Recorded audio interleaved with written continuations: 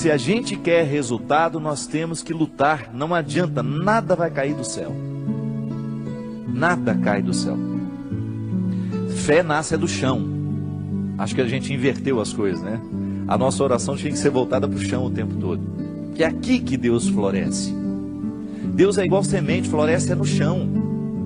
Essa metáfora de que Deus está no céu, isso é bonito. Mas é aqui, ó, é pisando nesse chão que a vida acontece. A força que Deus me dá, a força que Deus lhe dá, é para que a gente consiga plantar o jardim. Ninguém prometeu que nossa vida seria um jardim de flores, mas Deus prometeu a força para a gente plantar.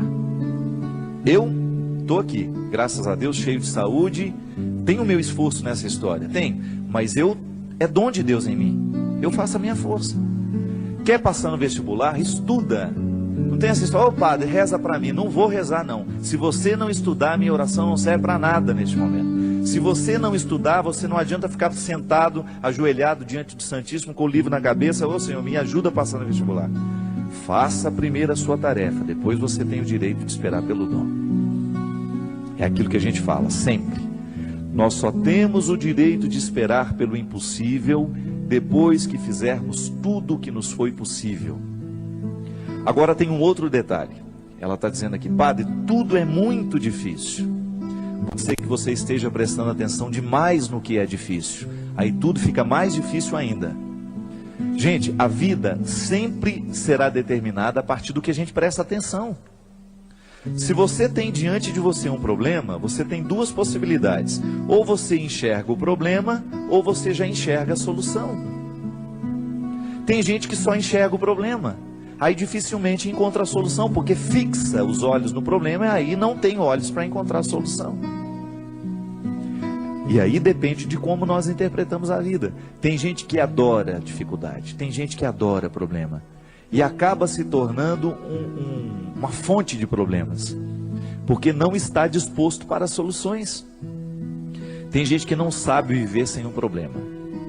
No meu livro que eu vou lançar tem uma personagem interessante, que ela é ficcionada nas doenças, ela adora ter doença. O sonho da vida dela é ter um plano de saúde. A alegria dela é receber um exame em que ela está precária. A alegria dela é contar as doenças, a dor de cabeça que não passa, é a pedra na vesícula. Tem gente que gosta disso, tem gente que presta atenção só no que é ruim. Mas não pode ser assim, minha gente. Esse espírito pessimista só nos faz ver o lado negativo das coisas. Pelo amor de Deus. Você tem que ser um pouco mais otimista.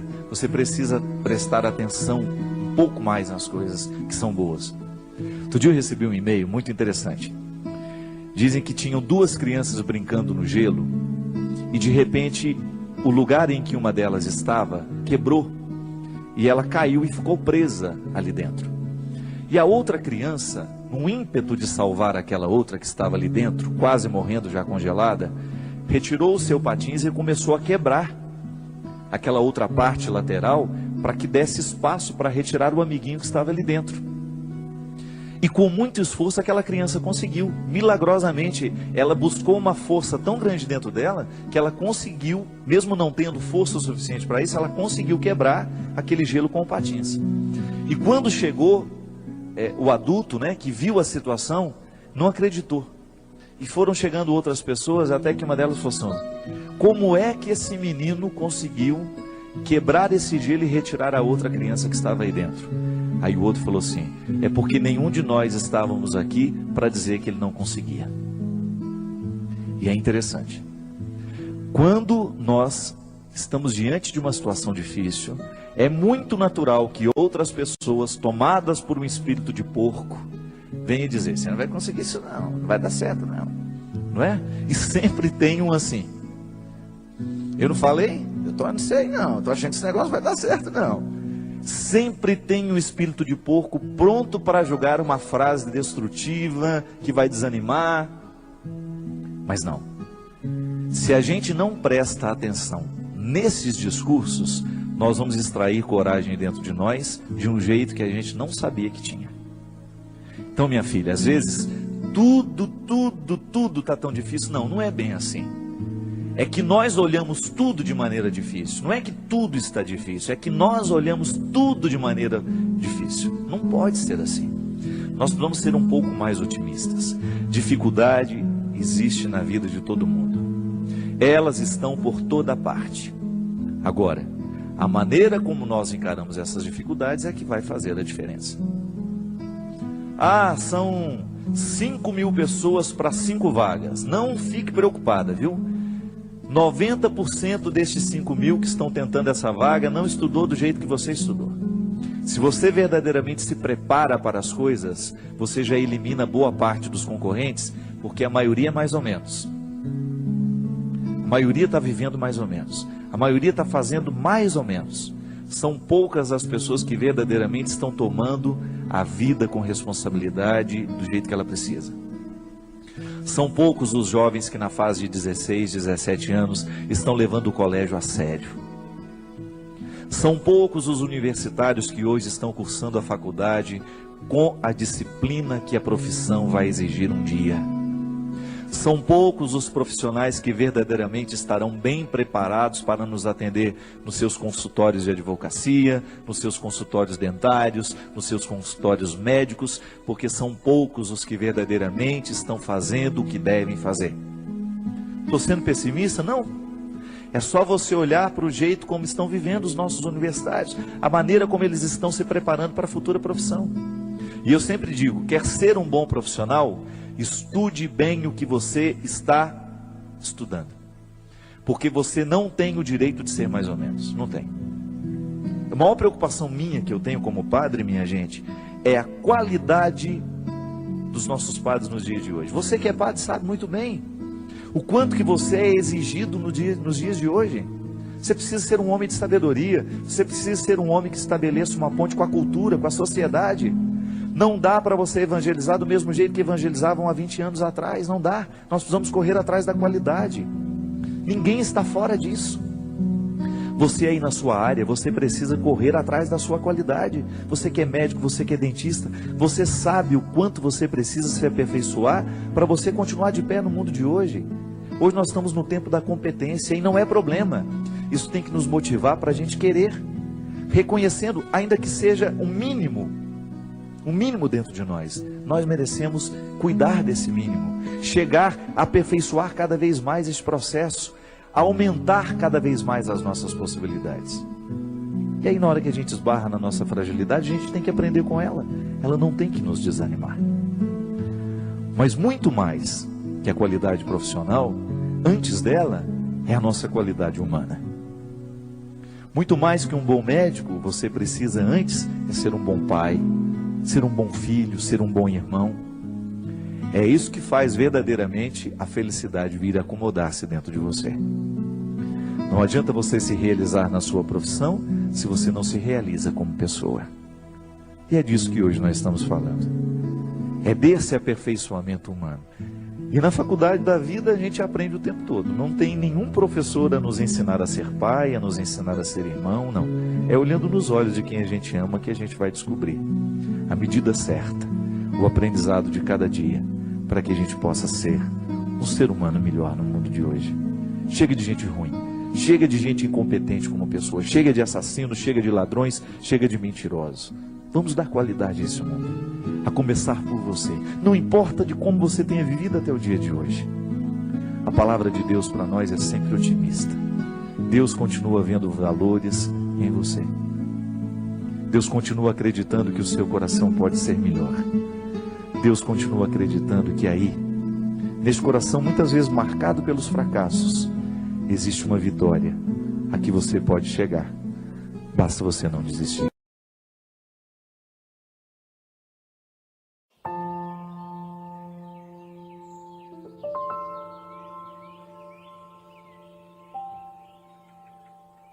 Não importa o momento da vida em que você se cansou.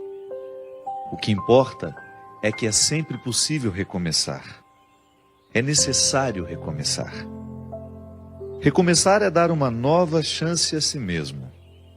É renovar as esperanças na vida e, o mais importante, acreditar em você de novo. Sofreu muito nesse período? Chorou muito? Foi limpeza da alma. Ficou com raiva das pessoas? Foi para perdoá-las um dia. Sentiu-se só por diversas vezes? É porque fechaste a porta até para os anjos.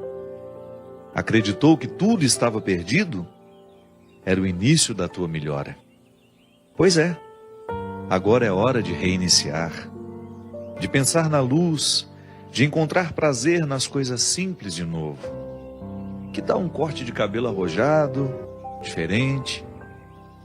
Um novo curso? Ou aquele velho desejo de aprender a pintar, desenhar, dominar o computador, ou qualquer outra coisa? Olha, quanto desafio! Olha quanta coisa nova nesse mundo de meu Deus te esperando. Tá te sentindo sozinho? Besteira? Tem tanta gente que você afastou com seu período de isolamento.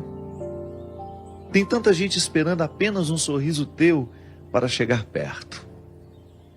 Quando nos trancamos na tristeza, nem nós mesmos nos suportamos. Ficamos horríveis.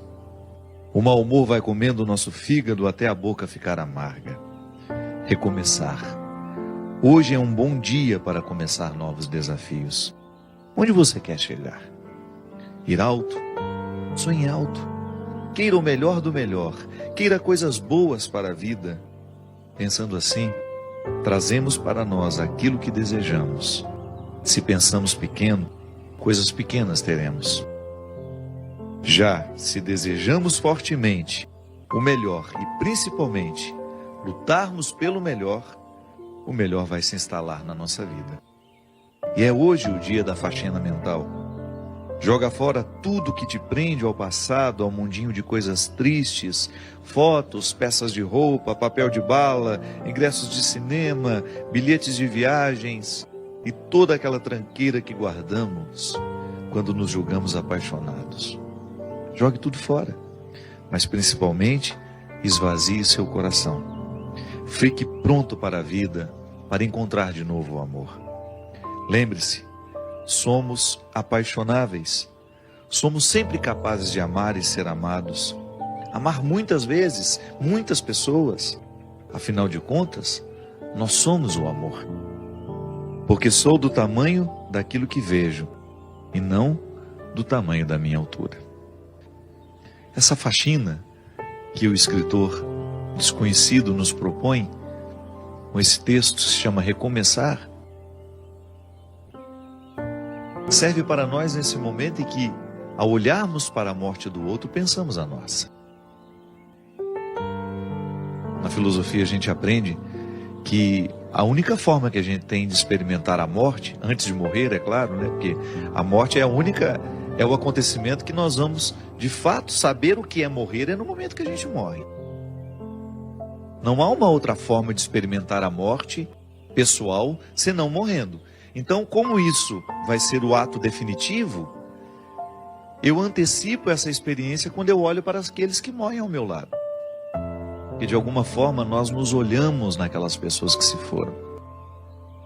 É uma maneira que eu tenho, que você tem, de olhar para a sua morte, é naquele que morre. É um impacto sobre nós. A morte dos outros nos impacta. E ao olhar, ao sentir esse impacto, é natural que você também passe a sua vida a limpo. Que todos nós queremos ser felizes. Às vezes não somos felizes é por causa das escolhas erradas que a gente faz. E quando eu falo de felicidade, eu não estou falando de ausência de problemas. Essa é utópica, essa não existe. Eu estou falando da possibilidade de nós vivermos confortáveis em nós. De você olhar para a vida que você está vivendo e você ficar satisfeito com o resultado que você está tendo. Isso é possível. A nossa vocação é essa. Não é ter uma vida extraordinária. Porque às vezes a gente olha para as pessoas famosas, né? A gente acha, nossa, que vida extraordinária deve ter aquela pessoa. Nada. Os palcos não são eternos. Aquele astro do cinema que você vê brilhando na tela, olha o que aconteceu com ele. Um homem que ganhou Oscar, um homem que ganhou inúmeros prêmios ao longo da sua vida e de repente não consegue administrar a infelicidade do momento, ou não soube administrar o sair de cena, porque isso também é perigoso. Ninguém está livre de perder o sentido da vida. E eu particularmente penso que pode ser para mim e para você uma oportunidade de nós revermos o que estamos fazendo na nossa vida. Às vezes a gente corre demais, às vezes a gente se expõe a um contexto de tanta necessidade, que a gente acaba morrendo antes da hora. Talvez esteja numa época em que as pessoas precisarão simplificar as suas vidas. Que quanto mais a gente pode, mais complexo a gente fica. E quando somos muito complexos, a gente se perde no contexto das escolhas, a gente tem dificuldade de encontrar o que é essencial. Porque aquele que pode muito, ele corre o sério risco de não escolher o que ele realmente precisa. Porque entre aquilo que a gente pode e entre aquilo que a gente realmente precisa, há uma distância muito grande. São muitos os excessos que nós alimentamos como prioridade, como algo inadiável. Urgente é viver, minha gente. Urgente é voltar para casa, encontrar os filhos que a gente tem. Urgente é amar. E às vezes essa urgência, porque a gente quer chegar, nós somos capazes de parar hoje e esperar ali algumas horas, porque isso é urgente. Às vezes a gente confunde, né? Urgência não é você correr para chegar. A urgência é você querer chegar. Então, às vezes, porque eu quero realmente chegar, eu vou precisar dormir algumas horas para que eu tenha condições de chegar bem. Não me expor ao risco desnecessário, porque a vida já tem riscos demais. Aí por amor, como dizia o poeta, né? O escritor, o amor não desiste de nós. A gente pode até desistir dele, mas se tem uma coisa que você nunca vai perder na vida, é a insistência do amor por você. Ele quer abrigar o seu coração, porque nós somos feitos para isso. Pode observar, os momentos em que você mais foi feliz na vida, foi o momento que você amou intensamente. Não foi o momento que você ganhou dinheiro, não foi o momento que você fez sucesso. Mesmo porque o dinheiro e o sucesso, essas coisas só têm sentido se você tem pessoas que te amam ao seu lado. Jesus já falava isso, que o dinheiro só tem sentido se for para gastar com as pessoas que nós amamos. Então de nada vale você ter construído toda uma estrutura se lhe faltam pessoas que ajudem a significar essa estrutura construída. Isso é urgente. É você administrar a sua vida para que você tenha condições de estar mais tempo ao lado dos que você ama. Porque é assim mesmo, chega um momento em que você descobre que o essencial, o que realmente importa, se opõe muito ao jeito como nós vivemos. É que na verdade a sociedade de consumo nos coloca dentro de um movimento que a gente não sabe onde vai parar. Então você vai incrementando a sua vida de um jeito, uma casa aqui, uma casa ali, um apartamento aqui, isso ali, 2 carros, e você vai multiplicando o seu gasto e você vai perdendo o direito de desacelerar. Ou então as pessoas que são dependentes de você. Às vezes é assim mesmo. É tanta gente que depende de nós que a gente não tem o direito nem de adoecer. Aí é a hora de você distribuir as responsabilidades, né? Olha, o bem-sucedido, né, de uma casa, você corre o risco de viver a vida inteira sendo aquele que vai suprir as necessidades de todos, porque todo mundo olha para ele como se ele tivesse a obrigação de dar conta da vida financeira de todo mundo dentro daquela casa. Volto a dizer, tem de fazer a gente pensar na qualidade de vida que nós estamos tendo. Não dá para desperdiçar a vida assim, minha gente. Às vezes falta a oportunidade do desacelerar, de nos colocar ao lado das pessoas que nós amamos. Eu não me canso de pensar sobre isso, minha gente. O melhor lugar do mundo é um só. É aquele que nos dá a oportunidade de estarmos ao lado das pessoas que nós amamos.